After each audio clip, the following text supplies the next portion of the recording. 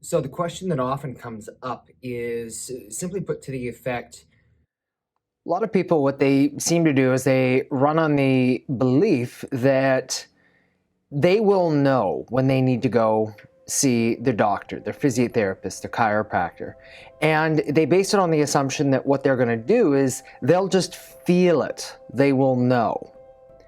Well, I need to make a few little illustrations about how that's not always the wisest thing in terms of, managing your overall health and well-being.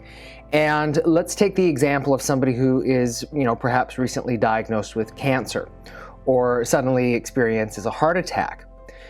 These aren't things that are happening, just suddenly all at once and they appear. These are things that are a process. They develop over a long period of time. And you hear different stories about people where they find out that they have a tumor the size of a golf ball, sitting right next to one of their vital organs, and yet they didn't feel it that whole time while it was building up, and oftentimes it's a bit of an incidental kind of finding. So the point here is that we have these different processes going on in our bodies, and we don't necessarily realize what's going on, because guess what? If we did, of course we would do something about it. Nobody wants to have to deal with bigger problems on the other side. And no, these things are not always our fault, but it is still our responsibility to be taking care of these different things. So whether or not you're, in need of, treatment, if you're feeling pain, if you're feeling problems, it's still really important to always get these different kinds of things checked out, at least periodically. The people who are going to be healthy and stay healthy are the ones who are proactive, staying on top of the situations. Now, as that relates to, how do you take care of your neck? How do you take care of your spine? I see people all day, every day. They come in, they say, yep, I just started having a few problems maybe a couple weeks ago. And we do a few images. We see what's actually going on beneath the surface, and we find out, okay, they've got 10, 20, 30 years worth of physical wear and tear, arthritis, degenerative changes. And they don't even know that it's actually going on there. They just say, oh, yep, I'm feeling a little bit stiff in the morning. And that's kind of the kicker right then and there. You see, let me focus on your neck, but really it's the entirety of your spine, your body. And there are more things going on than that, but when it comes to your joints, your muscles, your ligaments, there are three principal kinds of nerve receptors that you need to know about. Well, the first one are the obvious ones. These are the pain receptors. Detect pain, damage. The second kind are what are called proprioceptors. These are responsible for sending information to your brain about balance, coordination, and position sense that is in turn related to your sense of balance and coordination equilibrium. And then you've got a third kind, which is going to be associated with pressure. These are called pressure receptors, or otherwise they're known as mechanical receptors. And these detect external different kinds of movement of the joints of your body, of the muscles, and also of different things that might be pressing against your skin. My point here is that only one of those three actually produces pain if there's irritation. But we, in our culture, have gotten used to the idea that if I feel fine, I must be okay. And so if we don't have pain, there isn't actually a problem, and we don't need to do anything about it. And unfortunately, in the example I had just mentioned, people, when they've got 10, 20, 30 years of damage, well, guess what? They didn't have pain until just recently either. But that whole time they have been spiraling and going downhill, ultimately to the point where they hit a crisis.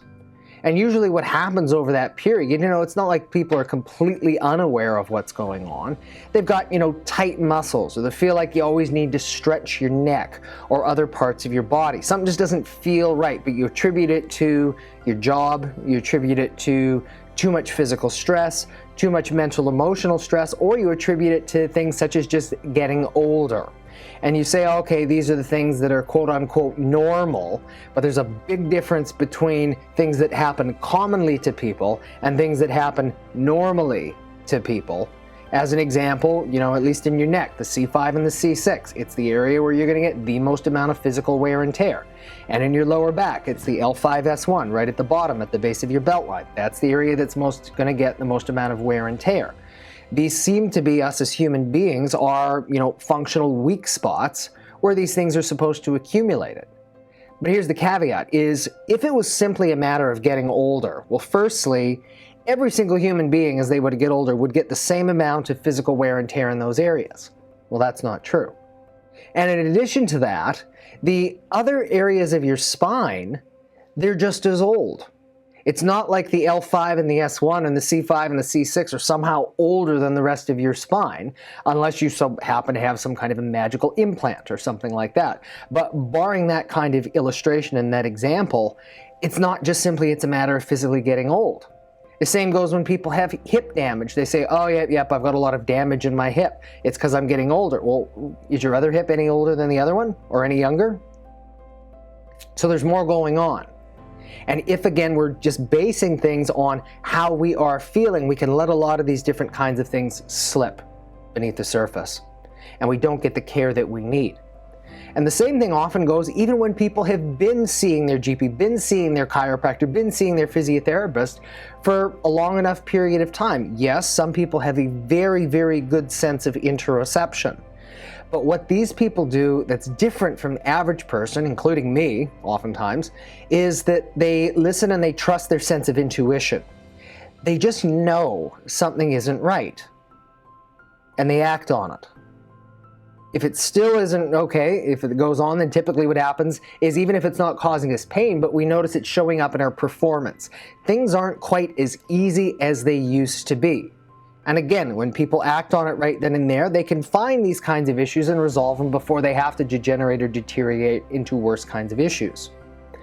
But again, what do most people do? That most people put up, they tolerate it with different kinds of things for long periods of time. But the same thing actually goes even when a person has been seeing a chiropractor for a long period of time as well. And hopefully not needing to get adjusted every single time. You want to see your condition stabilize for months, years, even decades, if that is possible. Now, we do live on a planet with time, gravity, and stress, and so we do have to contend with those things. But typically what happens is something like this. When a person in their early phases of care, their body is still very, very sensitive. And so if we make a correction, if their spine goes out of alignment again, they typically know it within about a day or so, usually even quicker than that, a matter of hours. Once their condition starts to stabilize a little bit more, okay, what happens is, yes, they will still feel it, but they not notice an issue for about a day or 3 days at a given time. And then it's going to ultimately build to the point where they may or may not notice anything for, 3 weeks at a time, or maybe even up to 3 months again. My point is that the stronger and the more resilient you get, the greater buffer zone that you actually have to be able to get away with these things. But in the same breath, let me remind you that even though things could be feeling just fine, things can actually go amiss and start then to lead to other problems again down the track. So as it relates also to, needing to be proactive, even a chiropractor does not know how long that their adjustment is or is not holding. This is one of the reasons why you may commonly, you ask your chiropractor, when is the last time that you got your own checkup or you needed your own adjustment? We're human beings just like anybody else. And if we recognize and think of this more as if proper nutrition, proper exercise, rather than needing a specific treatment for a specific kind of condition, because that's not how this actually works.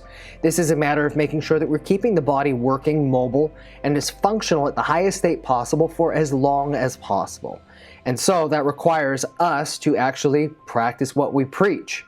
But even us, we will oftentimes be surprised when we find we do need to be adjustment. Yes, we probably have the tendency, because it's the nature of what we do, to stay on top of things a little bit more. But I do repeat, we're human just like anybody else.